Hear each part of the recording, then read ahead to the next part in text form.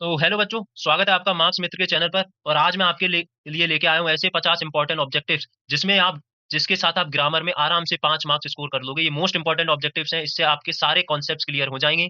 और इस वीडियो के शुरू होने से पहले मैं बता दूं कि इस वीडियो की जो पीडीएफ है उसकी लिंक मैं डिस्क्रिप्शन में ऐड कर दे रहा हूं, तो वहां से आप और आसानी से टेबल्स वगैरह को देखकर सीख सकते हो। तो यार आगे बढ़ते हैं बिना कोई टाइम वेस्ट करे। मैं देख लेता हूँ तो ग्रामर में जो क्वेश्चन आते हैं वो कहाँ से आते हैं। आपको पता है जो आपके ऑब्जेक्टिव्स वाले क्वेश्चन आते हैं वो टोटल कितने क्वेश्चन आते हैं, आप सबको पता होगा। टोटल 7 क्वेश्चन आते हैं, कभी कभी 6 आते हैं। इनमें से आपको 5 क्वेश्चन अटेम्प्ट करना होता है, तो और आसान हो जाता है कि आपको इनमें से जो टॉपिक नहीं आता है या जो कठिन लगता है आप उस टॉपिक को छोड़ सकते हो। जैसे मैं अगर हूं, मुझे आज समझ ही नहीं आता मॉडल वर्ब क्या होती है, तो मैं मॉडल वर्ब पे ज्यादा ध्यान अभी नहीं दूंगा, मैं इन टॉपिक पे ज्यादा ध्यान दे दूंगा, क्योंकि अल्टीमेटली तो मुझे 5 में से 5 लाना है ना कि 7 में से 7। तो यार हर ये इस भड़बड़ में मत पढ़ना कि मुझे सब पढ़ना है। जो तुम्हें आसान लगता है उसको पहले पढ़ लो, जो नहीं आता उसको भी छोड़ दो। चांसेस हो सकते हैं कि उसमें से क्वेश्चन ना ही आए शायद।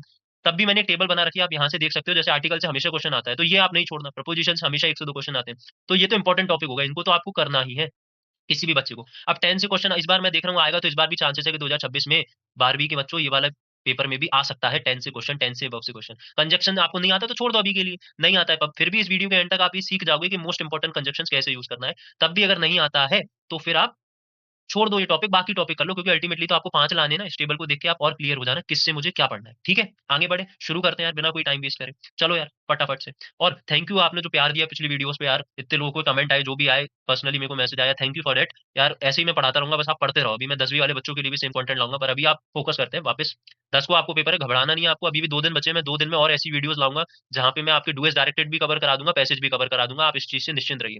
अभी के लिए जैसे ऑप्शन में मुझे दिख रहा है ये अंधा, तो सब बच्चे बता पा रहे हैं ये कौन से टॉपिक से आया है। सर ये आर्टिकल टॉपिक से आया, सबने बता दिया। अब आर्टिकल में पूरा तो नहीं समझाऊंगा, मैं सीधे बता दे रहा हूँ आपको ए एन और दा का यूज कहाँ होता है, और आपके खत्म हो गए, आसान हो गए। अब ए का यूज कहाँ होता है, सर ए और एन का यूज होता है सिंगुलर नाउन के पीछे। दा का सिंगुलर नाउन में कहीं भी हो सकता है, ए का तो हमेशा सिंगुलर नाउन के पहले यूज होता है। तो आर्टिकल का यूज हमेशा कहाँ होता है, किसी नाउन से पहले। तो अगर यहाँ नाउन लिखा है कोई भी, तो उसके पहले हमेशा क्या आएगा, एक आर्टिकल आएगा। आएगा कि नहीं आएगा, आर्टिकल आएगा, नाउन के पहले आएगा आर्टिकल। अब कौन सा आएगा, कब आएगा, तो उसके लिए हमें याद रखना है साउंड। जी क्या होता है सर, साउंड। अब 2 तरह की साउंड हम याद रखेंगे, एक कॉन्सोनेंट साउंड याद रखेंगे, एक वॉवेल साउंड। कॉन्सोनेंट साउंड कौन सी होती है, जो कॉन्सोनेंट से शुरू होती है। वॉवेल साउंड वॉवेल से शुरू होती है। एग्जाम्पल के लिए समझा देता हूँ फटाक से और खत्म करते हैं। मैंने लिखा ऑरेंज, ऑरेंज वर्ड है, मैं उसके पहले लेटर पर नहीं जाऊंगा, बच्चे गलती करते हैं, मैं इसकी साउंड पे जाऊंगा। इसको अगर मैं बोलूंगा तो कैसे प्रोनाउंस करूंगा, ऑरेंज। अब पहला साउंड कैसा आया, ओ का, ओ क्या है, वॉवेल है। और वॉवेल है तो वॉवेल साउंड के पहले क्या आता है हमेशा, वॉवेल साउंड के पहले हमेशा क्या आता है बताओ बच्चों, एन आता है, एन। तो अगर वॉवेल साउंड के पहले आएगा तो एन आ जाएगा, और अगर कॉन्सोनेंट साउंड होगी, कॉन्सोनेंट साउंड होगी, तो उसके पहले हमेशा क्या आ जाएगा, ए आ जाएगा। जैसे एग्जाम्पल के लिए मैंने लिखा बॉय, तो इस बॉय के पहले क्या आ जाएगा, साउंड कैसा दे रहा है, बा का साउंड दे रहा है, बा का, बा क्या है कॉन्सोनेंट, तो आ जाएगा ए। तो सर दा कहाँ आएगा, तो दा की यूज फटाक से इधर समझ लेते हैं। वैसे तो दा के बहुत सारे यूजेस होते हैं, पर हम, और आपको मैं बता दूं, आपके अगर 5 क्वेश्चन पिछले 4 सालों में आर्टिकल से आए तो 4 क्वेश्चन सिर्फ दा से आए हैं। तो दा तो आपको करके ही जाना है, मोस्ट इंपॉर्टेंट है। दा के केसेस कितने बनते हैं, 3 केस बनते हैं मोस्ट इंपॉर्टेंटली। इसके आगे आपको नहीं करना है। पहला, कोई यूनिक चीज, कोई यूनिक बुक का नाम हो, है ना, कोई यूनिक रिवर का नाम हो, जगह का नाम हो, तो फिर आप दा का यूज करते हैं। दूसरा, स्पेसिफिक चीज, स्पेसिफिक चीज या पर्टिकुलर चीज। जैसे एग्जाम्पल के लिए मैंने बोला ये एक सेंटेंस है, ये पूरा आपका क्या है, 3 लाइन का सेंटेंस है। अब इस सेंटेंस में आप ध्यान से सुनना, एक नाउन यहाँ आया था, फिर ये नाउन यहाँ आया, और फिर ये नाउन यहाँ आया। एग्जाम्पल के लिए मान लो ये कोई लड़के का नाम है या कुछ भी है, लड़के का नाम नहीं है, कुछ भी मान लो यार, कोई नाउन है। तो अगर ये नाउन यहाँ पे सेंटेंस में पहली बार आया, और अगर ये सिंगुलर है, तो इससे पहले हमेशा एक आर्टिकल आएगा। अब वो क्या आएगा, अगर ये सिंगुलर है तो या तो ए आएगा और वो एन आएगा। और वो कैसे आएगा, वो आपके साउंड के बेसिस पे आएगा जो मैंने अभी सिखाया। पर अगर इसी आगे सेंटेंस में ये नाउन दोबारा रिपीट होता है, तो अब ये नाउन कोई जाना पहचाना हो गया है ना, ये पहले हम जानते हैं इस नाउन के बारे में। जब ये यहाँ आया था इस पॉइंट पे, तो हमें इस नाउन के बारे में कोई इन्फॉर्मेशन नहीं थी। पर जब ये सेंटेंस में ये नाउन यहाँ भी आया, तो अब इस नाउन के बारे में हमें इतनी इन्फॉर्मेशन हो चुकी है ना, तो अभी ये स्पेसिफिक नाउन आ गया, तो इसके पहले हमेशा दा आएगा। क्या आएगा, दा। तो स्पेसिफिक चीजों के पहले भी आता है। और तीसरा रूल है सुपरलेटिव डिग्री। आई होप, मैं आशा करता हूँ आपको ये समझ आ गया होगा। नहीं आया तो और आसानी से अभी समझ आ जाएगा इस क्वेश्चंस के थ्रू जो मैं आपके लिए लाया हूँ स्पेशली बना के।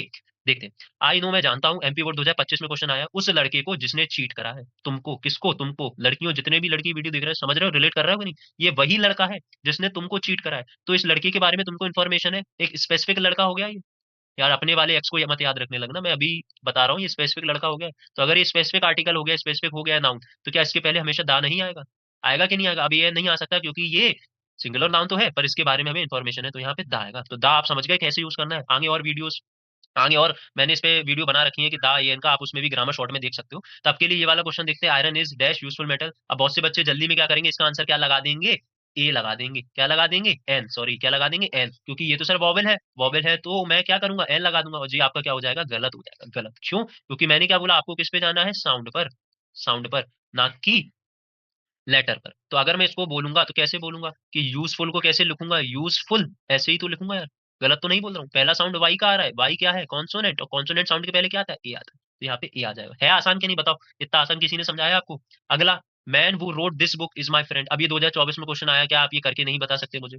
कमेंट में इसका आंसर दो फटाफट कि ये इस आदमी के पहले कौन सा आर्टिकल लगा, ए एन द या नो आर्टिकल। आगे बढ़े अगले क्वेश्चन पे। 2022 में आया हुआ क्वेश्चन है, Anand is dash M A in English. आसान है कि नहीं, एम ए प्रोनाउंस कैसे करूंगा, एम, बस इतना ही तो देखना है। जैसे आर्टिकल का क्वेश्चन है फटाक से उठाओ, उस जहां भी ये ब्लैंक दिखे उसके आगे वाले वर्ड पे जाओ, उसको बोलो, बोलने पे क्या आ रहा है, एम, पहला क्या आ रहा है, ए क्या है, वॉवेल, वॉवेल है तो क्या आ जाएगा, एम, फटक खत्म। इतना तो आसान है यार, क्या तुमको दिक्कत हो रही है?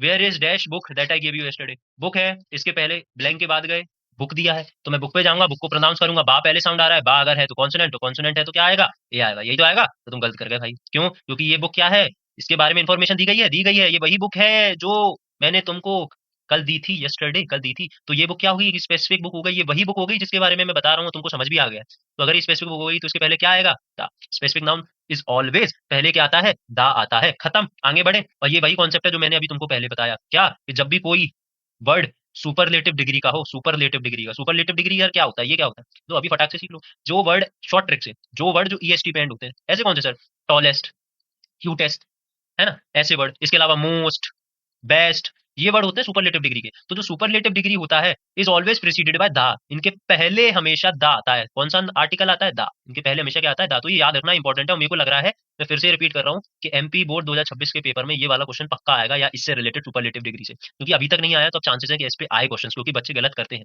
सुपरलेटिव डिग्री वाला। आगे बढ़े, अब आर्टिकल टॉपिक आपका खत्म हो गया, मैं आशा करता हूँ आपको आर्टिकल के क्वेश्चन सब आने लगे होंगे और आप कर दोगे पक्का, एक नंबर पक्का हुआ आपका। दूसरा नंबर पक्का करें, ये topic may might can code, ये क्या होता है, ये तो मॉडल वर्ब्स होती है। तो अब बहुत सारी मॉडल वर्ब्स होती है, सर मुझे तो आती नहीं है, भैया मुझे तो आती नहीं, मैं क्या करूँ? तो आपके लिए यार एक शॉर्ट टेबल लेके आया हूँ, ये पूरी टेबल में मोस्ट इंपॉर्टेंट, मैं फिर से रिपीट कर रहा हूँ, मोस्ट इंपॉर्टेंट मॉडल वर्ब दिए हैं, ऐसे नहीं कुछ भी उठा के दे दिया है, यही बार बार रिपीट होता है एमपी बोर्ड में। तो आप बस इस टेबल को, मैं इसकी वीडियो की जो पीडीएफ है उसका लिंक डिस्क्रिप्शन में दे दूंगा, आप उसको पढ़ लो, बस इतना पढ़ लेना यार, इतने मॉडल पर पढ़ लेना, आपका एक नंबर का क्वेश्चन पक्का इधर से आ जाएगा। तब भी मैं अभी फटाफट से समझा देता हूँ आपको, अब इसको यूज कैसे करना है, रिलेशन में समझेंगे हम, कैन और कोड को साथ में समझेंगे, और मे और माइट। कैन और कोड क्या होते हैं सर, कैन जब मैं कोई काम कर सकता हूँ, आज कोई काम कर सकता हूँ, मेरी एबिलिटी है प्रेजेंट की, प्रेजेंट की मेरी कोई एबिलिटी है तो मैं यूज करूंगा कैन। जैसे मैं आज दौड़ सकता हूँ, खा सकता हूँ, मैं नाच सकता हूँ, मैं पढ़ सकता हूँ, मैं इंग्लिश में 80 आउट ऑफ 80 स्कोर कर सकता हूँ, है ना, सपने अच्छे हैं, देखो यार सपने ही देखो, नहीं नहीं मजाक कर रहा हूँ, ला सकते हो यार, और मुझसे पढ़ रहे हो तो ला ही सकते हो यार फिर तो कैन मतलब मेरी एबिलिटी कि मैं क्या काम कर सकता हूँ आज में, तो वो एबिलिटी के लिए मैं क्या यूज करता हूँ, कैन मॉडल वर्ब का यूज करता हूँ। ठीक है, तो सर कोड का कहाँ यूज करते हैं, सर पास्ट की एबिलिटी, खत्म, इतना आसान है। कैन और कोड में सिर्फ इतना डिफरेंस, अगर मैं आज कुछ काम कर सकता हूँ, ये मेरी एबिलिटी है तो कैन, और अगर ये काम मैं पहले ही कर सकता था, जब मैं 10 साल का था तो पेड़ पे चढ़ सकता था, अब नहीं चढ़ पाता, तो ये पास्ट की एबिलिटी है ना, शी कुड रन फास्ट, वह तेज दौड़ सकती थी पहले, अब आज नहीं दौड़ती, आज का नहीं पता, पहले दौड़ सकती थी, तो पास्ट की एबिलिटी दिखाने के लिए हम क्या यूज करते हैं, कुड का। खत्म हुआ, आसान हुआ।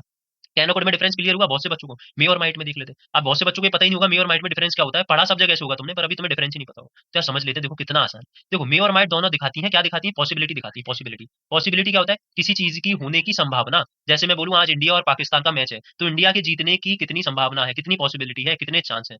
तो जब ऐसे कभी सेंटेंस आए जिसमें पॉसिबिलिटी दिखाना हो, तो हम मे या माइट मॉडल वर्ब का यूज करते हैं। तो मे का यूज करना है, माइट का यूज करना है, मे आपको तब यूज करना है जब पॉसिबिलिटी ज्यादा हो।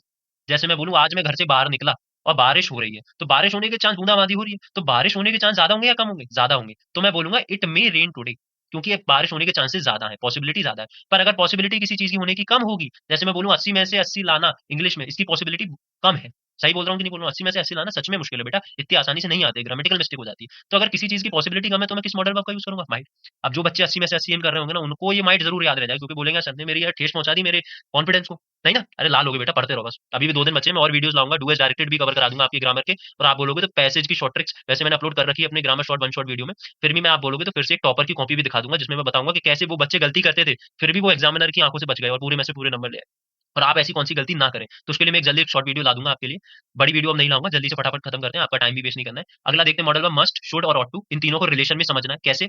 मस्ट तो बहुत आसान है, बहुत से बच्चों को डिफरेंस ही नहीं पता होगा। मस्ट कैसे आसान है, कोई चीज करना है, करना है मतलब ऑब्लिगेशन है, कंपल्शन है, मैं बोलूं तुम्हें पढ़ना ही है, अब तुम पे कोई ऑप्शन नहीं है कि तुम नहीं पढ़ो, आप पढ़ना ही है, ये मैं ऑप्शन नहीं दे रहा हूँ तुम्हें, ये धमका रहा हूँ, ये कंपल्शन है। जैसे मैं बोलूं तुमको रूल्स ऑबे करने ही है, ट्रैफिक के जो रूल्स है तुमको ऑबे करने ही है ना, तुमको ट्रैफिक के रूल्स ऑबे करनी है, तो ये ऑप्शन देता है कि गवर्नमेंट के ट्रैफिक के रूल्स ऑबे करो, अगर मैंने तो रुक जाओ नहीं निकल जाओ, ऑप्शन नहीं देता, आपको करना ही पड़ता है, मैंडेटरी है, कंपल्शन है। तो जब भी कंपल्शन होगा तो यूज होगा मस्ट।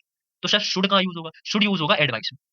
जैसे मैं बोलूं तुम्हें पढ़ना चाहिए, है ना, तुमको मेहनत करनी चाहिए, तुमको नया धंधा शुरू करना चाहिए, तो एडवाइस दे रहा हूँ, सिंपल एडवाइस अगर दे रहा हूँ तो शुड का यूज हो जाएगा। साथ ही साथ ड्यूटी में भी यूज होता है, मैं बोलता हूँ जैसे यू शुड डू दिस, तुमको ये काम करना चाहिए, तो एडवाइस भी दे रहा हूँ और साथ ही साथ तुमको ड्यूटी भी बता रहा हूँ कि तुमको ये काम करना चाहिए। लेकिन कंपल्शन नहीं है, यहाँ पर कंपल्शन नहीं है कि तुम्हारे ऊपर चॉइस है कि तुम करो चाहे ना करो। मस्ट में क्या था, मस्ट में तुम्हारे पास चॉइस या ऑप्शन नहीं था, पर यहाँ तुम्हारे पास चॉइस है, तुमको करना है तो करो, नहीं करना है तो नहीं करो, खत्म। ऑट टू क्या होता है सर, ऑट टू भी ड्यूटी ही दिखाता है, पर ऑट टू जनरली क्या दिखाता है, मोरल ड्यूटी। सर ये क्या मोरल ड्यूटी होती है, ये भी तो ड्यूटी है, ये भी ड्यूटी है। अरे कुछ होती है ड्यूटी जो जनरल होती है कि तुम्हारा कर्तव्य अपने घर वालों की सेवा करो, कुछ भी करो यार, तुम्हारा कर्तव्य अपना काम करो, पर कुछ ड्यूटीज होती है जो मोरल होती है, जो हम आदमी से एक्सेप्ट करते हैं, एक्सपेक्ट करते हैं सॉरी, कि वो करेंगे ही, जनरल ड्यूटीज होती है कि ये तो करेंगे। जैसे अपने देश का झंडा है उसको रिस्पेक्ट करना, अपने माता पिता की सेवा करना, बड़े बूढ़ों का आदर करना, तो ये तो क्या है, मोरल ड्यूटी, नैतिक कर्तव्य हर बच्चे को करना चाहिए। तो नैतिक कर्तव्य तो एससी के लिए हम यूज करते हैं ऑट टू, क्योंकि ये आपका नैतिक कर्तव्य। फिर से यहाँ पे मैं इंपॉर्टेंट बता दूं कि ऑट हमेशा टू के साथ आएगा, अकेला नहीं आएगा। ऑट प्लस टू हमेशा याद रखना। तो अगर तुम्हें कोई सेंटेंस दिख जाए और उसमें बीच में पूछे बता मॉडल में कौन सी आई और फिर टू दिख जाए, तो तुम सोच लेना इसमें ऑट ही आने वाला है, क्योंकि ऑट आने के चांसेस ज्यादा है, ऑट टू साथ में आता है। समझ गए। और विल और वुड आप जानती हो, विल कोई फ्यूचर में कोई चीज करनी हो तो विल हो जाता है, और वही चीज अगर पास्ट में यूज होना हो, या फिर मैं बोलूं हैबिट, पास्ट की हैबिट दिखाना हो, या फिर मैं बोलूं रिक्वेस्ट करना हो। जैसे तुम कभी बड़े महंगे रेस्टोरेंट में गए होगे, नहीं गए होगे फिर भी मैं बता दूं, मैं गया हूँ, तो वहां पे जो वेटर्स आते हैं तो पूछते हैं sir would you like to have some tea और कॉफी, है ना। तो वुड क्यों यूज करते हैं, तो वुड इसीलिए यूज करते हैं क्योंकि वहां पर वो पोलाइट रिक्वेस्ट कर रहे हैं, सर आप ये लेंगे या ये, तो वुड हम वहां यूज करते हैं। ठीक है, आसान है, खत्म करें। अब आप क्वेश्चन उड़ा दोगे फटाफट से। देखो अब आप एक एक फटाफट से उड़ा ना। ही 2025 में क्वेश्चन आया, बताओ कितना आसान हो गया। ही डैश स्पीक इंग्लिश फ्लुएंटली, वह इंग्लिश को अच्छे से बोल सकता है, एकदम फ्लुएंटली बोल सकता है। एबिलिटी क्या दिखा रहा है, ये क्वेश्चन क्या दिखा रहा है, उसकी इंग्लिश बोलने की एबिलिटी। और एबिलिटी कैसी है, प्रेजेंट की। प्रेजेंट की एबिलिटी के लिए क्या यूज करते हैं, कैन का। तो कुड का यूज करते हैं पास्ट की एबिलिटी में, पॉसिबिलिटी ज्यादा हो, माइट पॉसिबिलिटी कम हो, है ना आसान। अब तुमको क्लियर हो गया एक शॉर्ट वीडियो से, तो कैन आ गया। अगला देखें क्वेश्चन, ठीक है। I think it dash rain today, 2023 में क्वेश्चन आया। अब बताओ कितना आसान है, मुझे लगता है आज बारिश हो सकती है, पॉसिबिलिटी ज्यादा है, तो मैंने क्या यूज कर दिया, it may rain today. It may rain today, possibility ज्यादा है। अभी कंट्रोवर्शियल क्वेश्चंस भी कभी कभी आते हैं, पर आप कहना कुड तो आ नहीं सकता था, तो आपका सिर्फ मे आ गया। मुझे लगता है, अब लग रहा है तुमको, तो चांसेस ज्यादा ही होंगे, है ना, इसमें पॉसिबिलिटी हाई ही होगी। We dash follow the rules of traffic. अब बहुत सारे बच्चे मैंने देखा इसमें शैल या शुड लगा के आते हैं, जो कि अगर शुड में ऑप्शन में दे दूं, जो कि गलत नहीं है, आपको सोचो, क्योंकि ये भी तो एडवाइस ही दे रहा है तुमको, रूल्स है जो ट्रैफिक के वो फॉलो करना चाहिए, कि एडवाइस ही है। पर ये एडवाइस के साथ साथ कंपल्शन भी है। क्या है कंपल्शन, कि तुमको ये ट्रैफिक के जो रूल्स है ना वो फॉलो भी करने हैं। तो अगर कंपल्शन आ गया है, एडवाइस तो है ही पर कंपल्शन भी है, तो कंपल्शन आ गया तो हम किसका यूज करते हैं, मस्ट का। ये करना ही है, ऑप्शन नहीं। ठीक है, आगे बढ़े। ये आपका सैंपल पेपर से क्वेश्चन है, वर्क हार्ड लेस्ट यू फेल। अब ये बहुत अच्छा क्वेश्चन है, इसके लिए मैं शॉर्ट ट्रिक या आपको सिंपल फॉर्मुला बता देता हूँ कि जब भी आपको किसी भी क्वेश्चन में लेस दिखे, तो लेस हमेशा फॉलोड होता है शुड के द्वारा। ये तो फिक्स्ड स्ट्रक्चर है, जैसे मैंने ग्रामर के स्ट्रक्चर पढ़ाए थे, अभी डू एज डायरेक्टेड में पढ़ाऊंगा, तो आपको पता है नो सूनर के पहले, नो सूनर हमेशा फॉलोड किससे होता है, देन से। नो सूनर के बाद हमेशा देन आता है, हार्डली के बाद हमेशा बैन आता है। वैसे ही लेस्ट हमेशा फॉलोड होता है शुड से, तो लेस्ट जहां भी दिखे तो उसके आगे हमेशा क्या आ जाएगा, शुड आ जाएगा, बिना कोई सोचे समझे लगा दिया करो, फिक्स्ड रूल है, कोई दिक्कत नहीं है। अगला आते हैं, he dash play football every evening when he was young. Used to can could में, अब तुमको कैन कुड में पता है, यूज्ड टू नहीं पता है, तो यूज्ड टू तुम सोचो किसमें यूज होगा, बता दूं फटाफट से। देखो, जैसे मैंने बोला पास्ट की मुझे अगर एबिलिटी शो करनी हो कि मैं ये काम कर सकता था, तो किसका यूज करते हो तुम, तुमको पता है ना, किसका यूज करते हो तुम, पास्ट की एबिलिटी का। अभी पता है, पहले कोई काम कर सकता था तो उसके लिए तुम यूज करते हो कुड का, करते हो कि नहीं करते हो। पर अगर मैं बोलूं तुमको पास्ट की कोई हैबिट का बताना हो, कि तुम पास्ट में कोई चीज ऐसी थी जो तुम डेली किया करते थे, जो हैबिट है तुम्हारी, उसके बारे में अगर तुम्हें बताना होगा, तो तुम कुड का यूज नहीं कर सकते, फिर तो एबिलिटी थोड़ी, वो तो तुम्हारी हैबिट थी। तो अगर पास्ट की हैबिट को शो करना हो, पास्ट की हैबिट को शो करना हो, तो हमेशा यूज होता है यूज्ड टू। ये भी ऑट टू की तरह हमेशा टू से फॉलो आता है, और इसके बाद हमेशा वर्ब की बेस फॉर्म आती है, वर्ब की फर्स्ट फॉर्म आती है, हमेशा याद रखना। अब इस क्वेश्चन में अगर मैं ध्यान से देखूं, तो अगर क्वेश्चन होता है ही dash play football when he was young, तो जब ये वो बच्चा था तो खेल सकता था, है ना, जब वो छोटा था तो मैं कुड यूज करता, पर उसने बोला एवरी इवनिंग। वह फुटबॉल डेली खेलता था, हर इवनिंग खेलता था, डेली। एक हैबिट आ रही है, एक हैबिट, जब वह कब था, और हैबिट भी कैसी है, young, when he was young, तो पास्ट की हैबिट है। पास्ट की हैबिट के लिए क्या यूज करूंगा, यूज टू यूज करूंगा। है आसान, बताओ डिफरेंस समझ आया कुड और यूज टू में, इतना आसान और इतने सरल तरीके से। आगे बढ़े, एक और देखते हैं, ये भी मॉडल वर्क का क्वेश्चन है, you dash respect your elders. अब ये क्वेश्चन तो मुझे कहाँ करके दोगे, कमेंट में, क्योंकि तुमको अपने एल्डर्स की क्या करनी चाहिए, हिंट दे देता हूँ। तुमको अपने एल्डर्स की रिस्पेक्ट करनी चाहिए। क्या ये एडवाइस है या मोरल ड्यूटी है, मैं एडवाइस है, मोरल ड्यूटी है, या फिर ये कंपल्शन है, कुछ सोचो क्या है, उसके हिसाब से इसका आंसर बताओ क्या होगा। डेयर जिनको नहीं पता, ये बोलते डेयर सर नया आ गया, तो डेयर मतलब होता है किसी चीज की हिम्मत करना, है ना, कि how dare you touch me, how dare you can talk to me. तो ऐसे में हिम्मत डेयर आता है, ये आपको ज्यादा चांसेस है नहीं आए, पर फिर भी अगर आ जाए तो मैंने बता दिया, डेयर हमेशा वहां यूज करना चाहे हिम्मत वाली कुछ चीज आए, चैलेंज वाली कोई चीज आए। आगे बढ़े, would you like to have ये सम एनी फ्यू मैनी। चलो, आप सबका फेवरेट टॉपिक और इंपॉर्टेंट टॉपिक, अगला टॉपिक, 2 नंबर पक्के हो गए, एक आपका आर्टिकल पक्का हो गया है, और दूसरा आपका मॉडल वर्क पक्का हो गया है। ठीक है, तीसरा नंबर पक्का करें फटाफट से। तीसरा नंबर किसका, आपका डिटरमिनर का, डिटरमाइनर्स जो भी आप बोलो। अब ये डिटरमाइनर्स क्या होते हैं मत जानो अभी के लिए, सब ये जानो यूज कहाँ होते हैं। तो उसके लिए मैं एक फटाफट से आपके लिए टेबल लेके आया हूँ, जो कि मोस्ट इंपॉर्टेंट है। फिर से ये भी मोस्ट इंपॉर्टेंट डिटरमाइनर है, ऐसे नहीं है जो बार बार रिपीटेड होते हैं, मच मैनी समैनी लिटिल लिटिल, ये सब वर्क वगैरह हमें नहीं जानना। हमें क्या जानना है, कहाँ यूज होता है। सर फटाफट से ऐसी शॉर्ट ट्रिक बताओ कि हम जान जाए कहाँ मच कहाँ है। यार बहुत आसान है, तुम जानते हो नाउन, नाउन कितने नाउन जानते हो। अब नाउन क्या होगा, या तो गिन सकते हो या नहीं गिन सकते हो। गिन सकते हो तो काउंटेबल, नहीं गिन सकते हो तो अनकाउंटेबल, है कि नहीं। बस यहीं से तुम्हारा सीधे कॉन्सेप्ट क्लियर कर दूंगा। नाउन अगर गिन सकते हो तो काउंटेबल, नहीं गिन सकते हो तो अनकाउंटेबल, और यहीं से तुम आराम से चीजें क्लियर कर लोगे। एक ऑप्शन एलिमिनेट भी करके सीख जाओगे आराम से, अगर तुमको नहीं आता होगा। सीखते हैं कैसे, जैसे मैंने बोला मच, तो मैंने बोला मच जब भी दिखे तुम्हें या मच, तो मच हमेशा फॉलोड होता है काउंटेबल अनकाउंटेबल नाउन के साथ। मच के बाद हमेशा अनकाउंटेबल नाउन आएगा, जैसे चीनी, नमक, दूध, इनको तुम गिन थोड़ी सकते हो यार, ये तो अनकाउंटेबल है। इनको मेजर कर सकते हो, माप सकते हो। किसी बच्चे के मन में सवाल आ रहा होगा कि सर हम तो बोलते हैं 1 किलो चीनी, तो वो तुमने मापा है उसको, है ना। 1 किलो 1 लीटर दूध, ये मापा है, मेजर करा है, ये उसको गिना नहीं है कि शक्कर के 18 दाने है ना। तुमने सिर्फ मापा है कि 1 किलो है, पावर है 250 ग्राम है। समझ पा रहे हो क्या बोल रहा हूँ मैं? तो अगर नाउन अनकाउंटेबल है तो उसके पहले हमेशा मच आएगा, और अगर नाउन काउंटेबल है तो उसके पहले हमेशा मैनी आएगा। और काउंटेबल में many is always followed by plural countable noun. मतलब अगर तुम्हें दिख जाए बॉयज, तो मैनी आएगा गारंटेड, मैनी। और भी चीजें आ सकती हैं डिटरमाइनर, पर मैनी आएगा। क्यों? क्योंकि बॉय एक नाउन है, गिन भी सकता हूँ तो काउंटेबल नाउन हो गया, और प्लूरल भी है तो प्लूरल काउंटेबल नाउन है। लेकिन अगर सिर्फ बॉय दिख जाए, सिर्फ बॉय दिख जाए, तो गारंटीड है यहाँ पर मैनी भी आ सकता है, सम भी आ सकता है, बहुत सारी चीजें आ सकती है। पर अगर बॉय सिर्फ दिख जाए तो ये तो काउंटेबल नाउन हुआ ना, सिर्फ प्लूरल का हुआ, तो यहाँ पर ये तो गारंटेड है कि मस्ट नहीं आएगा, कभी नहीं आएगा। सॉरी, मस्ट बोल रहा हूँ, मैनी कभी नहीं आएगा। तो मैनी हमेशा प्लूरल काउंटेबल नाउन्स के साथ आता है, प्लूरल काउंटेबल नाउन्स। और मच किसके साथ आता है? अनकाउंटेबल के साथ। अब तुम्हें ऐसे समझ नहीं आ रहा है तो ऐसे समझो, जैसे कभी मुझे मिल्क दिख जाए और मैं पूछूं बताओ सर इसके पहले मच आ गया मैनी, तो तुम आराम से बता दोगे ये तो सर अनकाउंटेबल नाउन है, अनकाउंटेबल नाउन के पहले तो हमेशा क्या आता है? मच आता है। इतना आसान है, तुम समझ पा रहे हो। सम और एनी को देख लेते हैं। सम और एनी में ज्यादा कोई डिफरेंस नहीं होता है। दोनों काउंटेबल प्लूरल अनकाउंटेबल के साथ आते हैं, तो डिफरेंस कैसे समझाने? ऐसे समझो, सेंटेंस अगर पॉजिटिव है, अब सेंटेंस में अगर पॉजिटिव बात हो रही है कि मैं खेल सकता हूं, मैं खेल रहा हूं, तो सम होगा। लेकिन अगर सेंटेंस निगेटिव है या क्वेश्चन मार्क वाला है, मतलब इंट्रोगेटिव है, तो मैं एनी का यूज करूंगा। जैसे क्या तुम्हें कोई शिकायत है, क्या तुम्हारे पास पैसे हैं, क्वेश्चन मार्क। तो अगर इंट्रोगेटिव और निगेटिव सेंटेंस है तो एनी का यूज कर लेना। लेकिन अगर सिर्फ पॉजिटिव सेंटेंस है तो सम का यूज कर लेना। सम का एक और इंपॉर्टेंट यूज है रिक्वेस्ट का, वो अभी आगे बताऊंगा। जैसे मैंने अभी पीछे एग्जांपल बताया था ना तुम्हें वुड का, कि जब वेटर वगैरह पूछे would you like to have some tea और कॉफी, तो सम क्यों आया वहां पर? क्योंकि वो रिक्वेस्ट कर रहा है, एक ऑफर कर रहा है, आप चाय लोगे या कॉफी लोगे, तो सम का वहां भी यूज हो जाता है ना। पॉजिटिव सेंटेंस आप तुम कहोगे सर वो तो क्वेश्चन सेंटेंस हुआ, would you like to have some tea और कॉफी, तो क्योंकि वो रिक्वेस्ट कर रहा है तो इसलिए वहां सम आ जाएगा। बाकी ज्यादातर 99% केसों में निगेटिव और इंट्रोगेटिव क्वेश्चन के साथ एनी का यूज होता है, और सम और एनी हमेशा प्लूरल काउंटेबल नाउन्स के साथ ही आएंगे। सम बॉयज ही आएगा, सम बॉय नहीं आ सकता। क्लियर? आगे बढ़े, आगे बढ़ते। Little or little, few or few, all each every, ये सब चीजें जल्दी जल्दी फटाफट बता देता हूँ। सिंपल से डिफरेंस समझो यार।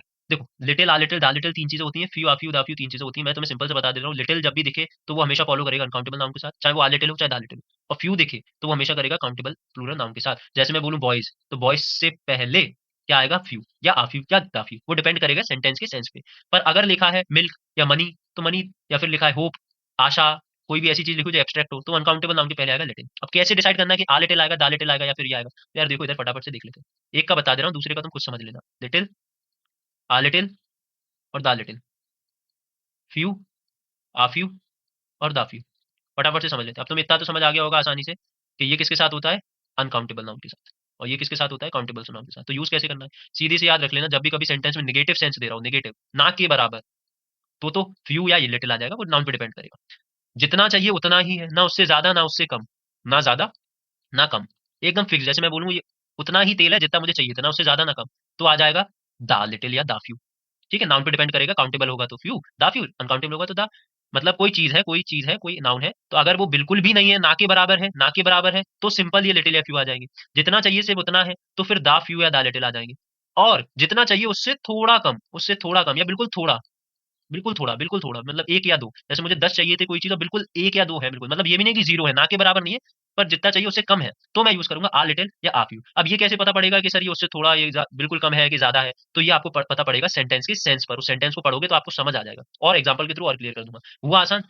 बस इतना ट्रिक याद रखो, लिटिल हमेशा अनकाउंटेबल नाउन के साथ ही होगा, फ्यू काउंटेबल के साथ। कैसी भी ट्रिक बना लो, जैसे मच के लिए तो मैंने बहुत छोटे में ट्रिक बना ली थी, जिन बच्चों को अभी भी याद नहीं हो रहा कि मच में तो एम के बाद यू आ रहा है, तो एम के बाद अगर यू आ रहा है ना, तो यार कितना आसान है कि मच को याद रखने के लिए। यू तो अनकाउंटेबल है, तो मच हमेशा अनकाउंटेबल के साथ यूज होगा, और मैनी हमेशा काउंटेबल के साथ यूज होगा। कितना आसान हो जाता है बताओ। ऐसी ट्रिक्स अपनी भी बना सकते हो तुम। और जब काउंटेबल के साथ भी आ सकता है, अनकाउंटेबल के साथ भी आ सकता है, कैसे भी आ सकता है। और ऑल बस तभी यूज होगा जब किसी चीज की होल की बात हो रही हो, कि कोई चीज अपने आप में पूर्ण हो तो ऑल। और ईच और एवरी का यूज मैं अगले क्वेश्चन में आपको समझाऊंगा। इसी के बाद एक क्वेश्चन आएगा, वहां और आसानी से क्लियर कर दूंगा। अभी के लिए ज्यादा बशर नहीं बनाते हैं, आप इनको पढ़ लेना, आपके पक्का डिटरमाइनर से एक क्वेश्चन इन्हीं में से आ जाएगा। अब इस क्वेश्चन को करते हैं, would you like to have, जो अभी बताया यार, तो आप कमेंट में बता देना, समटी समी हो जाएगा, खत्म करवाएंगे। अगला क्वेश्चन देखते हैं। हाँ, how dash milk do you buy daily. Milk है, कैसा है? अनकाउंटेबल नाउन है। अब तुम्हें पता अनकाउंटेबल नाउन के पहले तो मच आता है, एम यू, एम के बाद यू। मैं नहीं आ सकता, तो मैं नहीं तो नहीं आ सकता। ऑल होल की बात हो नहीं रही है। फ्यू किसके साथ आता है? फ्यू तो हमेशा किसके साथ आता है? काउंटेबल नाउन के साथ आता है, तो फ्यू भी नहीं आ सकता। अब देख रहे हो तुमने ऑप्शन एलिमिनेट कर दिया। ये कैसे करा तुमने? By option eliminate. तुमको नहीं पता था इसका आंसर क्या है, पर तुमने ऑप्शन एलिमिनेशन कर दिया। ऑप्शन एलिमिनेशन करके तुमने बता दिया कि अब तो क्या बचा, मच बचा तो मच ही जाएगा, जो इसका आंसर है। अब जिसको आता था तो ठीक है, नहीं आता था तो आप बाकी के यूजेस से भी सीख सकते हो। अगर यहाँ एक ऐसा ऑप्शन होता है जो आपको नहीं आता है, तो फिर आप बाकी तीन को जिनको जानते हो उनकी मदद से इसको आंसर लगा सकते थे। समझ पाए कितना आसान है?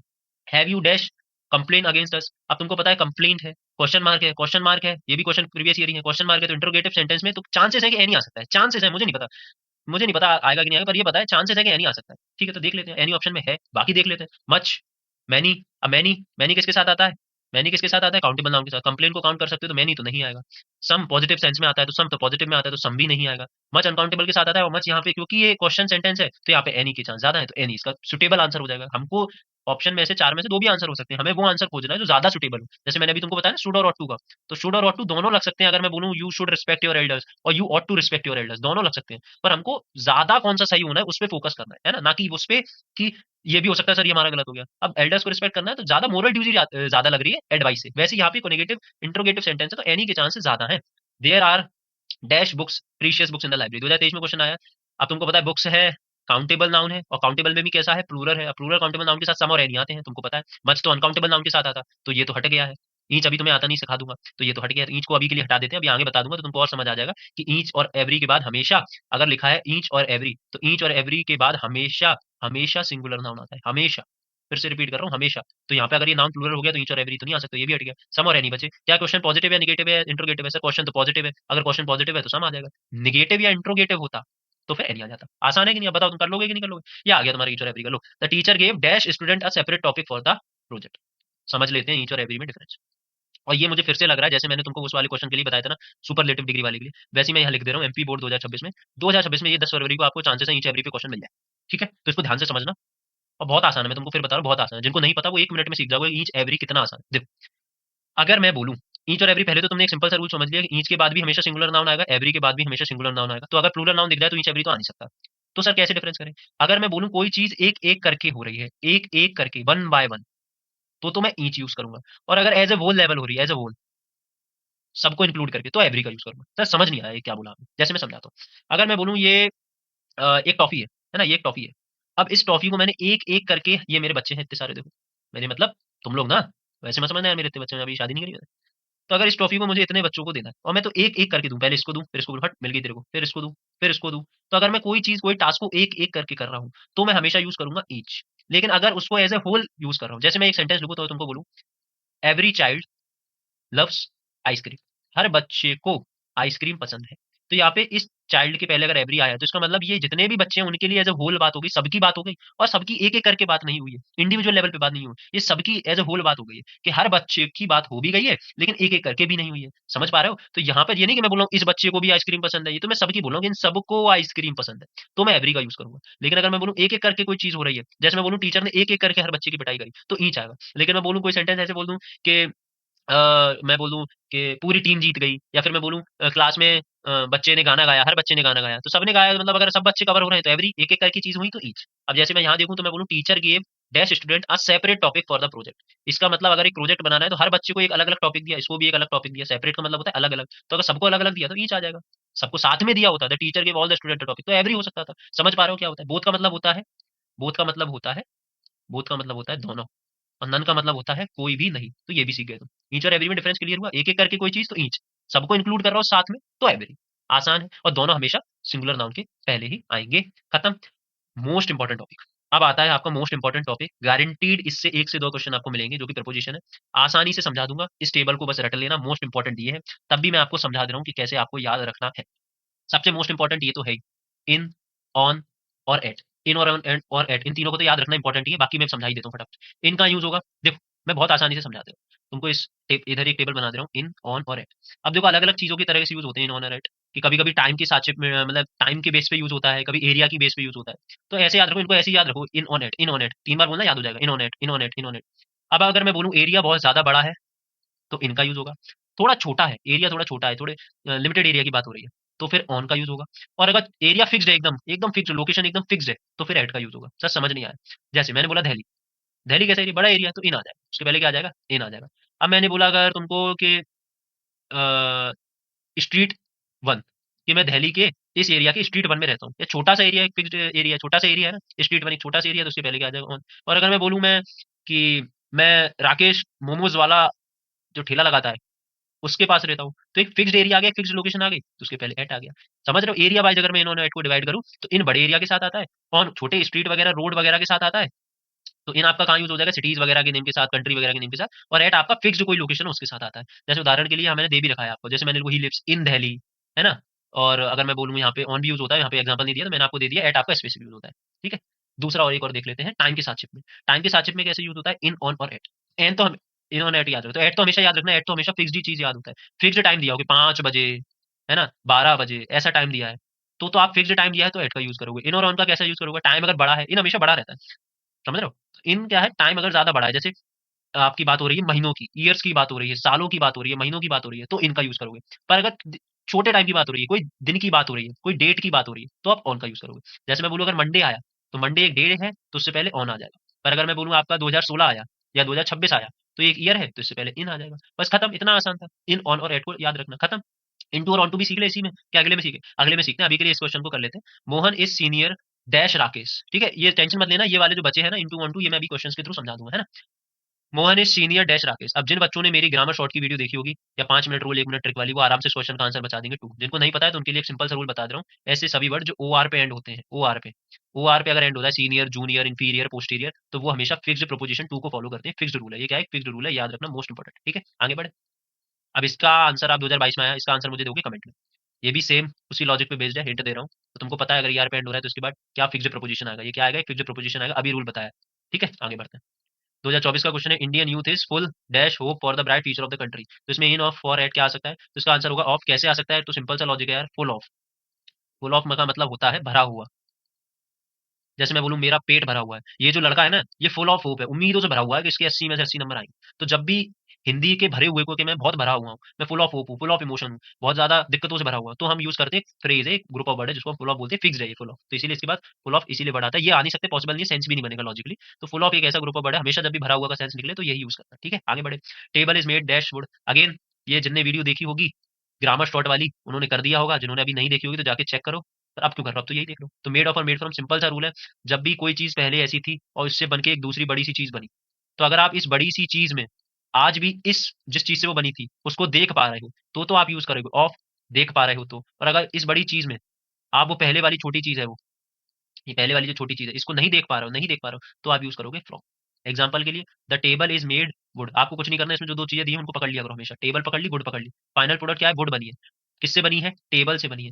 अरे क्या बोल रहा हूँ, उल्टा बोल रहा हूँ क्या। फाइनल प्रोडक्ट क्या है, टेबल। टेबल किससे बनी है, वुड से बनी है, वुड से बनी है ना। तो क्या आज भी टेबल में वुड देख पा रहे हो, लकड़ी देख पा रहे हो, सर देख पा रहा हूँ बिल्कुल। अगर देख पा रहे हो तो ऑफ आ जाएगा, नहीं देख पाते तो फ्रॉम आ जाता। कैसे सर, एग्जाम्पल के लिए समझ लेते हैं। एग्जाम्पल के लिए क्या समझ लें, जैसे मैंने बोला curd is made dash milk. तो जो कर्ड है वो मिल्क से बना है, तो कर्ड को जब देखते हो तो अब उसमें क्या दूध दिखता है, नहीं दिखता है। तो सिंपल सा लॉजिक है, फ्रॉम चेंज भी नहीं कर सकते इसको। आप ऐसे भी समझ सकते हो कि टेबल को तोड़ के वापस वुड बना सकते हो, वुड से वापस टेबल बना सकते हो, तो वहां ऑफ यूज होता है। पर अगर वापस नहीं जा सकते, अब दूध से दही तो बना सकते हो, दही से दूध थोड़ी बना लोगे, है ना। जैसे वाइन है, वाइन से मिलके ग्रेप्स बनती है। क्या उल्टा बोल रहा हूँ भाई मैं, ग्रेप से मिलके वाइन बनता है। तो अगर ग्रेप्स से मिलके वाइन बनता है तो वापस वाइन से ग्रेप्स थोड़ी बना सकते हो, तो यहाँ क्या यूज हो जाएगा, फ्रॉम यूज हो जाएगा। और दूसरा, वाइन में देख भी नहीं सकते ग्रेप्स को, ऐसे भी याद रख सकते हो। अगला, my friend lives dash New Delhi. अब सबको पता है इसका आंसर, मुझे कमेंट में दे देना। इन आएगा, ऑन आएगा, एट आएगा। अभी बताया 2023 में क्वेश्चन आया है, बड़े प्लेस के साथ इन, छोटे के साथ ऑन, फिक्स्ड के साथ at. She is good dancing. ये बहुत इंपॉर्टेंट क्वेश्चन है, मुझे फिर से ये क्वेश्चन आने के चांसेस आपके बहुत ज्यादा है एमपी बोर्ड 2026 में, मुझे लग रहा है, इसको मार्क कर लेना। सिंपल सा रूल है, गुड एट और गुड इन। गुड एट और गुड इन, जिनको नहीं पता है बहुत आसानी से बता दें। तो जब भी मैं किसी स्किल की बात करता हूँ, है ना, किसी स्किल की बात करता हूँ, जैसे मैं बोलूँ मैं पढ़ने में अच्छा हूँ, मैं लिखने में अच्छा हूँ, मैं गाने में अच्छा हूँ, मैं नाचने में अच्छा हूँ, तो जब भी कोई स्किल की बात हो रही है, कोई एबिलिटी की बात हो रही है, और तब मैं यूज करूंगा मैं उसमें अच्छा हूँ, तो मैं हमेशा यूज करूंगा गुड एट। तो क्या यूज करूंगा, गुड एट। तो सर इनका यूज क्या करेंगे, जब आप पढ़ाई के पर्सपेक्टिव से बोलो, या नंबर, जैसे आप सब्जेक्ट के पर्सपेक्टिव में बोलो। सब्जेक्ट के पर्सपेक्टिव में कैसे, जैसे मैं बोलूँ she is good in English, वह इंग्लिश में बड़ी अच्छी है, उसकी इंग्लिश बड़ी तगड़ी है, उसकी मैथ बड़ी तगड़ी है, उसका कोई टॉपिक बड़ा तगड़ा है। तो जब भी कोई सब्जेक्ट या कोई टॉपिक पे आपकी बात हो रही है तो गुड इन यूज होता है। और अगर कोई स्किल है आपकी, नाच सकते हो, गा सकते हो, खेल सकते हो, पढ़ सकते हो, तो गुड एट यूज होता है। तो यहाँ डांस की बात हो रही है, स्किल की बात हो रही है, तो गुड एट आ जाए। फिक्स्ड प्रपोजिशन है, कितना आसान है बताओ, इतना शॉर्ट ट्रिक के थ्रू तुमको अब छोटे छोटे रूल से समझ आ गया होगा। आगे, ही रोड द लेटर पेन। यहाँ भी एक और रूल समझा देता हूँ, बाय और विथ का। बाय भी यूज और विथ यूज, बहुत कंफ्यूज होते हैं बच्चे, फटाफट से देख लेते हैं बाय और विथ का यूज कहाँ होता है। देखो, जब भी मैं बोलूँ कोई टूल की बात करूँ, कोई इंस्ट्रूमेंट की बात करूँ, कि इसने वो किया, किसी इंसान ने कोई काम करा, लेकिन किसी चीज की मदद से करा, किसी टूल की मदद से करा। जैसे मैंने बोला ये टमाटर है सर, पीला पीला है टमाटर, थोड़ी यार बाल दो टमाटर है। अब इस टमाटर को मैंने काटा किसकी मदद से, एक चक्कू की मदद से, एक चक्कू की मदद से। तो अगर इस चक्कू की मदद से इस टमाटर को काटा तो मैं क्या लिखूंगा, I cut the tomato with a knife. With a knife, क्यों विथ अ नाइफ आया, क्योंकि एक टूल का यूज करा है मैंने, इसको काटने के लिए मैंने एक टूल का यूज करा है। तो टूल या इंस्ट्रूमेंट जैसे चाकू, वैसे मैंने बोला मैंने इसका मर्डर करा बंदूक से, बंदूक से मर्डर करा ना, तो बंदूक एक टूल यूज होगी ना, एक टूल का यूज करा हो तो मैं हमेशा यूज करूंगा विथ का। बाय का यूज करूंगा, बाय जनरली पैसिव वॉइस में यूज होता है जब डूअर को दिखाना हो, और बाय पर्सन के लिए यूज होता है। तो बाय जनरली पर्सन के लिए यूज होता है, या फिर कोई मेथड या मीन्स के लिए यूज होता है। जैसे यहाँ ये बहुत इंपॉर्टेंट है ना, जैसे मैं बोलूँ एग्जाम्पल के लिए, आई गो टू स्कूल। अब ये मत बोलना सर इतने जल्दी जल्दी पढ़ा रहे हो, क्या करूं बेटा, अब तुमको सारे टॉपिक भी समझने, 5 नंबर भी लाने 1 घंटे के आधे घंटे के अंदर, तो इतनी तेजी से मोस्ट इंपॉर्टेंट रूल ही पढ़ाने पड़े। अब आई गो टू स्कूल बस, तो इसमें बाय आएगा विथ आएगा। तो जब भी मैं बोलूँ किसी मेथड की, किसी मीन्स की बात हो रही है, कि किस साधन से तुम कोई चीज कर रहे हो, किस साधन से, बस से, ट्रेन से, एरोप्लेन से, तो हमेशा बाय यूज होता है कि किस तरीके से तुम स्कूल जा रहे हो। तो बस का यूज करके स्कूल जा रहे हो, तो किस तरीके से जा रहे हो, तो बाय का यूज होगा, है ना। ठीक है, और अगर टूल की बात हो रही है कि चक्कू से, बंदूक से, नाइफ से, तो फिर आपका चीज हो जाएगी विथ। तो यहाँ पे देखिए ही रोट द लेटर, उसने लेटर लिखा पेन की मदद से, एक टूल यूज करा है, पेन की मदद से उसने लेटर लिखा, तो यहाँ पे विथ आ जाएगा क्लियरली, बिना कोई टेंशन के। इट हैज बीन रेनिंग, अगला क्वेश्चन, अरे ये क्या हुआ, it has been raining dash morning, सुबह से बारिश हो रही है। ये तो सिंपल सा है, सबको पता है, जिनको नहीं पता वो भी सीख सकते हैं इसको आसानी से। तुमको पता है सिंस और फोर दो चीजें होती हैं, सिंस और फोर। सिंस और फोर जनरली, मैं फिर से बोल रहा हूँ, जनरली हमेशा परफेक्ट या फिर परफेक्ट कॉन्टिन्यूस टेंस में यूज होते हैं। तो अगर परफेक्ट या परफेक्ट कॉन्टिन्यूस टेंस में यूज होता है, तो अगर मैं इस टेंस को देखूं, इट हैज बीन रेनिंग, कौन सा टेंस है, अब तो तुमको पता होनी चाहिए, ये नहीं पता तो यार इसके लिए डुअल डायरेक्टेड का वीडियो लाऊंगा, वहां टेंस में समझा दूंगा। अभी के लिए हैज बीन रेनिंग है तो तुमको समझ आ गया प्रेजेंट परफेक्ट है। अब परफेक्ट टेंस है तो हमेशा सिंस या फॉर का यूज होगा। अब सिंस भी है फॉर भी, ऑप्शन में तो दोनों है, दुविधा है भाई, तो सिंस यूज करें या फॉर यूज करें। ये फॉर 2 बार क्यों आ गया भाई, सिंस यूज करें कि फॉर यूज करें, तो यार देखो स्कोर कर लो, है ना। सिंस का यूज करना है, फॉर का यूज करना है, फटाफट से देख लेते हैं।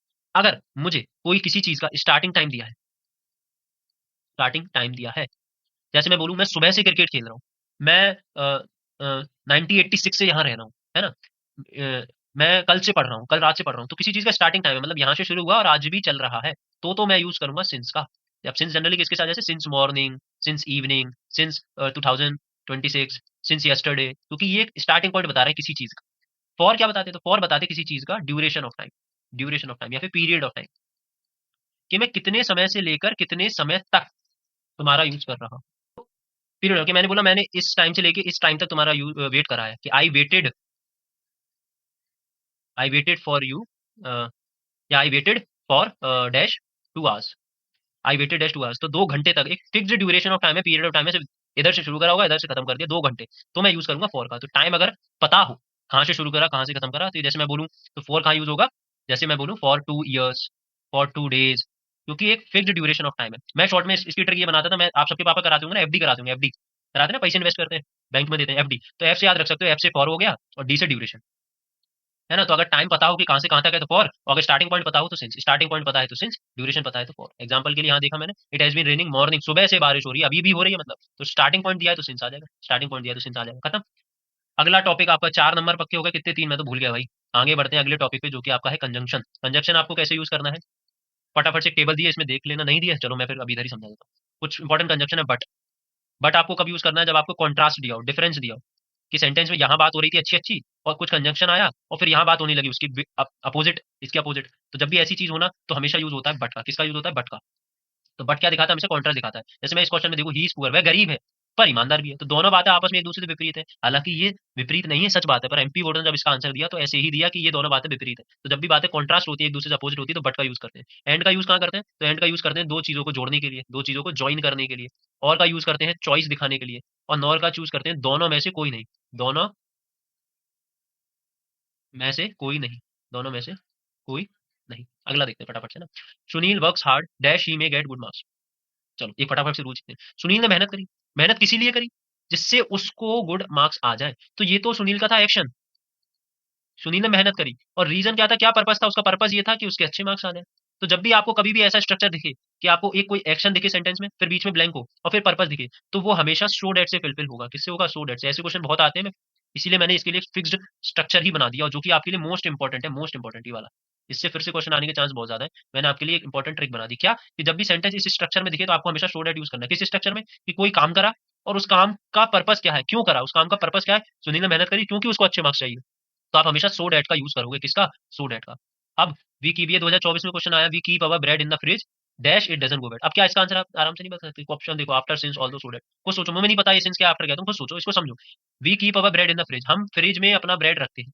इट डजंट गो बैड, तो यार खुद सोचो ये क्या एक्शन ही तो है कि हमने अपनी फ्रिज में ब्रेड को रखा, और पर्पस क्या था, क्यों रखा, जिससे वो खराब ना हो। तो एक्शन है, पर्पस है, तो बीच में हमेशा किससे फिल हो जाएगा, एक्शन है, पर्पस है, तो बीच में हमेशा सो डेट से फिल हो जाएगा। आगे बढ़े, walk carefully you will fall down. तो इसका आंसर जिसको नहीं पता है बहुत आसान है, और आ जाएगा यार। क्यों? क्योंकि तुमको सिंपली पता है, और वैसे चॉइस भी दिखाता है, लेकिन और का मतलब हमेशा ऐसे भी होता है कि वरना वाले सेंस में, कि ध्यान से चलो नहीं तो गिर जाओगे, वरना गिर जाओगे।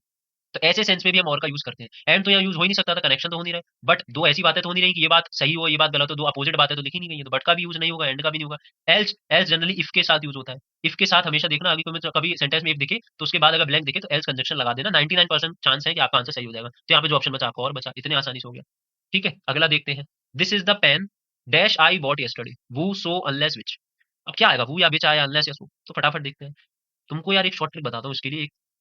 जब भी कभी एक नाउन लिखाओ, कोई नाउन लिखाओ, अब वो नाउन या तो कोई थिंग होगी, कोई वस्तु होगी, या फिर वो नाउन कोई पर्सन होगा, कोई जीवित व्यक्ति होगा। अब तुमसे ऐसे पूछा कि ये वही पेन है जो तुमने कल खरीदी थी, ये वही पेन है, तो दा आया, देख रहे हो यहाँ हमने आर्टिकल भी देख लिया, ये वही पेन है तो दा आया, फिक्स्ड आर्टिकल है ना, दा क्यों आया, क्योंकि ये स्पेसिफिक चीज है। तो अगर मैं थिंग लिखाऊं, नाउन और पर्सन लिखाऊं, तो थिंग के बाद हमेशा जब भी ऐसे क्वेश्चन आए कि तुम्हें कौन सा कंजक्शन यूज करना है, तो थिंग के बाद हमेशा विच यूज, थिंग के लिए हम क्या यूज करते हैं, विच, और पर्सन के लिए हम यूज करते हैं वो। जैसे मैं बोलूं the boy dash is wearing a red shirt, is wearing a red shirt is my friend. तो अब मैं पूछूं इसके बाद वो आएगा या विच आएगा, तो तुमको तुमने देखा ये बॉय है तो पर्सन है, पर्सन है तो फॉलोड होगा हु से, the boy who is wearing a red shirt is my friend. वैसे this is the pen, thing है, पेन क्या है, पेन है एक थिंग, अरे पेन है एक थिंग, और थिंग के बाद हम हमेशा विच का यूज करते हैं, विच का है, आसान के नहीं है। अगला देखते हैं, I will go for a walk, मैं वॉक के लिए जाऊंगा, स्टॉप्स रेनिंग। देखो बहुत अच्छा, ये इसको हम बोलते हैं कंडीशनल सेंटेंसेस। कंडीशन के, इसमें कंडीशनल सेंटेंस को बोलते हैं क्योंकि इसमें कंडीशन दी है, मैं वॉक पर जाऊंगा, कब जाऊंगा, मैं वॉक पर जाऊंगा, बिल्कुल जाऊंगा। अगर बारिश रुक जाए, तो ये कंडीशन है कि अगर ये हो जाए तो फिर ये रिजल्ट होगा, कि अगर ये कंडीशन हो जाए, अगर बारिश रुक जाए तो मैं दौड़ने जाऊंगा, मतलब टहलने जाऊंगा। तो जब भी ऐसा कोई स्ट्रक्चर लिखा हो कि रिजल्ट हो, कंडीशन हो, तो कंडीशन हो तो ये हमेशा इसमें बीच में जो चीज आती है, पहले भी आ सकती है, तो वो होगा इफ। इसको मैं ऐसे भी बोल सकता हूँ, if it stops raining comma I will go for a walk. ठीक है, अगर ऐसा स्ट्रक्चर, अभी मैंने इससे पहले कौन सा स्ट्रक्चर बताया था, ये वाला, कि अगर आपको कोई एक्शन दिया हो, उस एक्शन का आपको पर्पस दिया हो, कि ये एक्शन मैंने करा तो क्यों करा, उसका क्या पर्पस था, तो उसके बीच में हमेशा क्या यूज होता है, ऐसे में कंजक्शन हमेशा सो दैट यूज होता है। इंपॉर्ट, अब तुम बोलो सर ऐसे क्यों बता रहे हो, और कंफ्यूजिंग तो नहीं हो रहा है कहीं, नहीं हो रहा बेटा, इससे आपको हमेशा याद रहेगा कि चीज पर्पस किसकी बात हो रही, कंडीशन तो नहीं। जैसे अगर मैं पिछले वाले सो दैट वाले क्वेश्चन में देखूं तो कोई कंडीशन थोड़ी दी थी कि सुनील वर्क्स हार्ड ही मे गेट गुड मार्क्स, कहीं कंडीशन दिख रही है कि ये होगा तो ही ये होगा, मतलब कोई कंडीशन है नहीं है, वो मेहनत कर रहा है सो दैट जिससे उसको अच्छे मार्क्स मिल जाए, है ना, यहाँ पे उसका पर्पज है। और यहाँ पर क्या है कि मैं घूमने जाऊंगा अगर बारिश रुक जाए, तो यार एक अगर बारिश रुक जाए कंडीशन है, तो कंडीशनल सेंटेंस में इफ आ जाता है, खत्म। बिकॉज का यूज होता है रीजन बताने के लिए, रीजन बताने के लिए, है ना, रीजन बताने के लिए कि मैंने वेट करा तुम्हारा क्योंकि तुम लेट आई थी, बिकॉज, तो बिकॉज रीजन के लिए बात होता है। एंड ज्वाइन करता है, ऑल्दो का मतलब होता है हालांकि, ऑल्दो बोलता है कि हालांकि मतलब कॉन्ट्रास्ट, जैसे बट का यूज होता है वैसे ही ऑल्दो भी कॉन्ट्रास्ट का यूज होता है। तो यहाँ मैं ये लिख सकता हूँ क्या, अगर मैं तुम्हारे लिए लिख दूं कि ऑल्दो और बट, इन दोनों का यूज किसके लिए शो होता है, कॉन्ट्रास्ट के लिए शो होता है। कॉन्ट्रास्ट मतलब अपोजिट चीजें दिखाने के लिए शो होता है। लेकिन यहाँ से मैं एक इंपॉर्टेंट रूल ये सीखा कि ऑल्दो और बट कभी भी साथ में नहीं आएंगे, हमेशा या तो ऑल्दो आएगा सवाल में या बट आएगा, ऑल्दो और बट एक ही सेंटेंस में साथ में नहीं आ सकते। ठीक है, आगे बढ़ते हैं। ये आ गए आपके वर्ब पे बेस्ड क्वेश्चन, जो टेंस की वर्ब्स होती हैं। ये भी बहुत आसान है यार, इनको फटाफट उड़ा देते, 2025 में आया हुआ क्वेश्चन है। आई होप आप बोलोगे सर इतना मत पढ़ाओ, 5 में से 5 अब हमारे आ जाएंगे, 7 में से 7 लगा के मानोगे क्या बेटा। मैं चाह रहा हूँ कि अगर एक क्वेश्चन आपको नहीं भी आए पेपर में, जो नया आ जाए, जो मैंने भी नहीं पढ़ाया, आपने कहीं से नहीं पढ़ा, तो आप एटलीस्ट जो आ रहा है वो तो कर लो, इसीलिए जितने जल्दी आप सब टॉपिक सीख लो वो आपके लिए आसान है। जैसे इट सिंस मॉर्निंग, सिंस लगा है तो परफेक्ट टेंस होगा, परफेक्ट टेंस होगा तो हैज बीन रनिंग हो जाएगा, ये तो प्रेजेंट की है, ये भी कंटीन्यूअस की है, ये भी कंटीन्यूअस की है, खत्म, इतना आसान है। सिंस लगा है तो कौन सा टेंस होगा, परफेक्ट या फिर परफेक्ट कंटीन्यूअस, इतना आसान था, अभी बताया था पीछे। अब इसका आंसर तुम कमेंट में दे देना, यहाँ भी सिंस लगा है तो इसका आंसर तुम मुझे कमेंट में नीचे दे दोगे, है कि नहीं आसान। आगे बढ़े, we are going dash a match today, 2023 का क्वेश्चन है, play playing to play played, we are going हम जा रहे हैं ए मैच टुडे। अब यहाँ समझते हैं, हम मैच खेलने जाएंगे आज, we are going a match today, तो अब इसमें क्या आएगा। अब इसका आंसर वैसे तो सबको पता है क्योंकि प्रीवियस ईयर का क्वेश्चन है, सबको पता है इसका आंसर टू प्ले आएगा, पर क्यों आएगा ये तुमको किसी ने बताया, समझते हैं। जब भी कभी दो वर्ब आती है, एक वर्ब आई हो एक वर्ब आई हो, दो वर्ब हमेशा साथ में आती है, तो दो वर्ब कभी भी हमेशा साथ में एक ही फॉर्म में नहीं आती, एक ही फॉर्म में नहीं आती। सर ये क्या कह रहा हो, इसका मतलब अगर कोई मेन वर्ब अगर यहाँ आ गई और ये एक वर्ब है, तो दो वर्ब सेम कभी मेन वर्ब साथ में नहीं होगी, ये अपना रूप चेंज कर लेती है। जैसे कभी ये पहली बारी हेल्पिंग वर्ब हो जाएगी, दूसरी वर्ब हो जाएगी। कभी क्या होगा, एक वर्ब बन जाएगी तो दूसरी जो वर्ब होगी वो टू अपने साथ लेके बेस फॉर्म बना लेगी। कभी क्या हो गया, यहाँ कोई वर्ब होगी तो जो दूसरी वर्ब होगी वो अपना आईएनजी वाला फॉर्म यूज कर लेगी। समझ पा रहे हो? तो ये एक स्ट्रक्चर होते हैं, फिक्स्ड होते हैं, इनको हम कंडीशनल सेंटेंसेस में ही यूज़ करते हैं या फिर वर्ब के भी फॉर्म्स होते हैं, वहाँ यूज़ करते हैं। जैसे आपने पढ़े होंगे, जिन बच्चों ने नहीं पढ़े होंगे तो वैसे आपने सुना होगा पुराने स्कूलों में इन्फिनिटिव्स होते हैं ना, इन्फिनिटिव्स, जीरंड होता है जो वर्ब की आईएनजी फॉर्म होता है, इन्फिनिटिव होता है, पार्टिसिपल फॉर्म होता है। अभी के लिए मत जानो ये सब क्या होता है, जब फ्री हो जाओ तो गर्मियों की छुट्टी में पढ़ लेना मेरे से। अभी के लिए बस इतना जानो कि वर्ब जब फॉलोड होता है तो या तो टू प्लस वर्ब की फॉर्म से होगा या आईएनजी फॉर्म से होगा या फिर ऐसे कुछ होगा। अब अगर यहाँ मैं बोलूँ तो यहाँ तो एक फिक्स्ड स्ट्रक्चर है, going to play, going to play. जब भी ऐसा कभी फिक्स्ड फॉर्म दिखे तो इसका मतलब ये होता है कि फ्यूचर की कोई बता रहा है कि फ्यूचर में ये काम होगा, फ्यूचर की कोई काम बता रहा है, कोई एक्शन बता रहा है, तो इसके लिए हम हमेशा टू प्ले का यूज करते हैं। और दूसरा आप ऐसे भी देख सकते थे, अगर ये हेल्पिंग वर्ब है, ये इसका आईएनजी फॉर्म है, अब ये इसकी मेन वर्ब हो गई क्योंकि कंटीन्यूअस टेंस हो गया, तो अब मेन वर्ब तो आ नहीं सकती थी, तो प्ले, प्लेड, ये सब तो आ नहीं सकते मेन वर्ब, और आईएनजी फॉर्म पहले आ चुका है तो ये भी नहीं आ सकता, तो बचा क्या रह जाता है, इसका टू प्लस फॉर्म की वर्ब फॉलोड होता है, टू प्लस फॉर्म की, तो ऐसे भी आप इसको कर सकते थे, बहुत आसान है। आगे बढ़ते हैं। The boy dash the bird almost every day.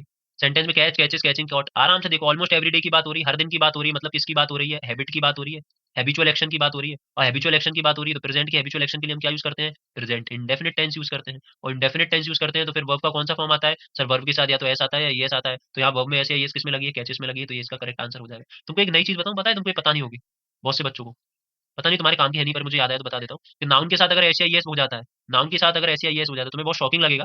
Noun के साथ अगर ऐसे ये जुड़ जाता है तो नाउन क्या बन जाता है, प्लूरल बन जाता है, जैसे बॉय का बॉयज है ना, प्लूरल नाउन बन जाता है। लेकिन अगर वर्ब के साथ ऐसे ये जुड़ जाता है तो वर्ब जो होती है वो सिंगुलर बन जाती है। जैसे एग्जांपल के लिए यहीं देख लो, कैच एक सिंगुलर वर्ब थी, पर अगर मैंने उसको, क्योंकि ये नाउन सिंगुलर है तो ये फॉलो भी किस पे होगा, सिंगुलर वर्ब से। सिंगुलर वर्ब बनाने के लिए ही हमने इसमें येस यूज करा है, समझ रहे हो, ये तुमको नहीं पता होगा। Mangoes are being dash, simple सा दिख रहा है, आर है, आर के साथ बीइंग आया है, तो ये तो सिंपल सा स्ट्रक्चर हो गया सर, ये तो हमने कहाँ पढ़ा, ये तो वॉइस स्ट्रक्चर है, पैसिव वॉइस का स्ट्रक्चर है, पैसिव वॉइस का स्ट्रक्चर है। पैसिव वॉइस के स्ट्रक्चर में ही तो ऐसे होता है, और पैसिव वॉइस के स्ट्रक्चर में हमेशा क्या आती है, वर्ब की थर्ड फॉर्म। अब वर्ब की थर्ड फॉर्म या बाय तो फर्स्ट फॉर्म हो गई, या आईएनजी फॉर्म हो गई, ये तो नहीं हुई, तो ये बॉट आपकी हो गई सही आंसर।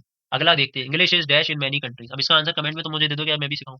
अब बहुत से बच्चे इसमें क्या करेंगे, समझ के क्या लगा देंगे कि सर ये जो है, इज तो किस में आता है, प्रेजेंट कंटीन्यूअस टेंस में, तो इसकी वर्ब की आईएनजी फॉर्म आएगी, तो मैं स्पीकिंग लगा दे रहा हूँ। यार गलत हो जाएगा। अब बताओ क्यों गलत हो जाएगा, बताओ, किसी ने बताया तुमको, ये इसीलिए गलत हो जाएगा क्योंकि इसका आंसर स्पोकन हो जाएगा। रीजन, क्योंकि अगर मैं इस सेंटेंस को ऐसे लिख दूंगा कि English is speaking in many countries, जो तुमको सही भी लग रहा होगा बहुत से बच्चों को कि यार ये तो सही है ना, इसके साथ आईएनजी फॉर्म आता है सर, आपने ही तो बताया कंटीन्यूअस टेंस है, तो अगर मैं इसको इस फॉर्म में लिखूंगा तो ये सेंटेंस गलत हो जाएगा, बिल्कुल इनकरेक्ट हो जाएगा, इसका कोई सेंस ही नहीं बनेगा। क्यों? क्योंकि अगर मैं इसको इस सेंस में लिखूंगा इसके साथ आईएनजी फॉर्म, तो ये इसका एक्टिव फॉर्म हुआ, एक्टिव वॉइस फॉर्म हुआ, और एक्टिव वॉइस फॉर्म में ये सब्जेक्ट होता है, ये आपका कर्ता होता है, ये कोई कार्य करेगा, ये कोई कार्य करेगा। जबकि पैसिव वॉइस में ये जो यहाँ पर चीजें होती हैं, इस पर कोई कार्य होता है, इस पर कोई कार्य होता है ना कि ये कार्य करता है। तो अगर मैं इस सेंटेंस में जाऊं इस स्ट्रक्चर के बेस पे जो कि आप बोल रहे हो मेरे से, ये लगाओ, तो English is speaking in many countries, का मतलब इंग्लिश खुद बोल रही है कंट्रीज में, बहुत सारी कंट्रीज में। तो क्या इंग्लिश खुद काम कर रही है, इंग्लिश खुद बोल रही है, यार ये तो लॉजिकली इनकरेक्ट हो जाएगा ना, सेंस ही नहीं बन रहा है। तो अगर इंग्लिश खुद नहीं बोल रही है, इंग्लिश करता नहीं है, खुद काम नहीं कर रही है, तो ये तो सेंस बनेगा ही नहीं, इसीलिए हम इसमें स्पीकिंग नहीं लगाएंगे, स्पोकन लगाएंगे। क्योंकि अब क्या इसका सेंस बन जाएगा, English is spoken in many countries,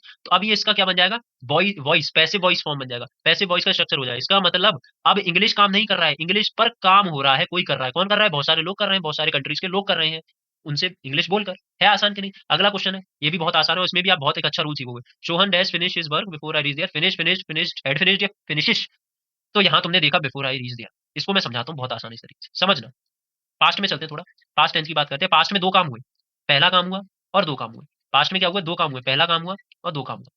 अब अगर पास्ट में ही दोनों काम हो गए, जैसे मैं एग्जांपल लूं, मैं जब तक स्टेशन पहुंचा तब तक ट्रेन जा चुकी थी, मतलब ट्रेन यहाँ खड़ी थी और मैं यहाँ था। अब जब तक मैं यहाँ स्टेशन पे पहुंचा ट्रेन तो जा चुकी थी, तो मेरे जाने से पहले ट्रेन जा चुकी थी, तो ये काम भी पास्ट में हुआ और जब मैं पहुंचा ये भी पास्ट में हुआ। तो जब भी दोनों काम पास्ट में होते हैं, जब भी दो काम, दो वर्ब पास्ट में होते हैं, तो जो पहला काम, जो काम पहले हुआ होता है, वो हमेशा पास्ट परफेक्ट टेंस में आता है, वो हमेशा पास्ट परफेक्ट टेंस में आता है। और जो काम बाद में होता है वो हमेशा पास्ट इंडेफिनिट टेंस फॉर्म में आता है। सर ये क्या बोल रहे हो, इसको मैं समझाता हूँ। जैसे मैं इसको, अगर जो मैंने अभी बोला, जैसे ही मैं स्टेशन पहुंचा ट्रेन जा चुकी थी, अगर मैं इसको लिखूंगा तो मैं लिखूंगा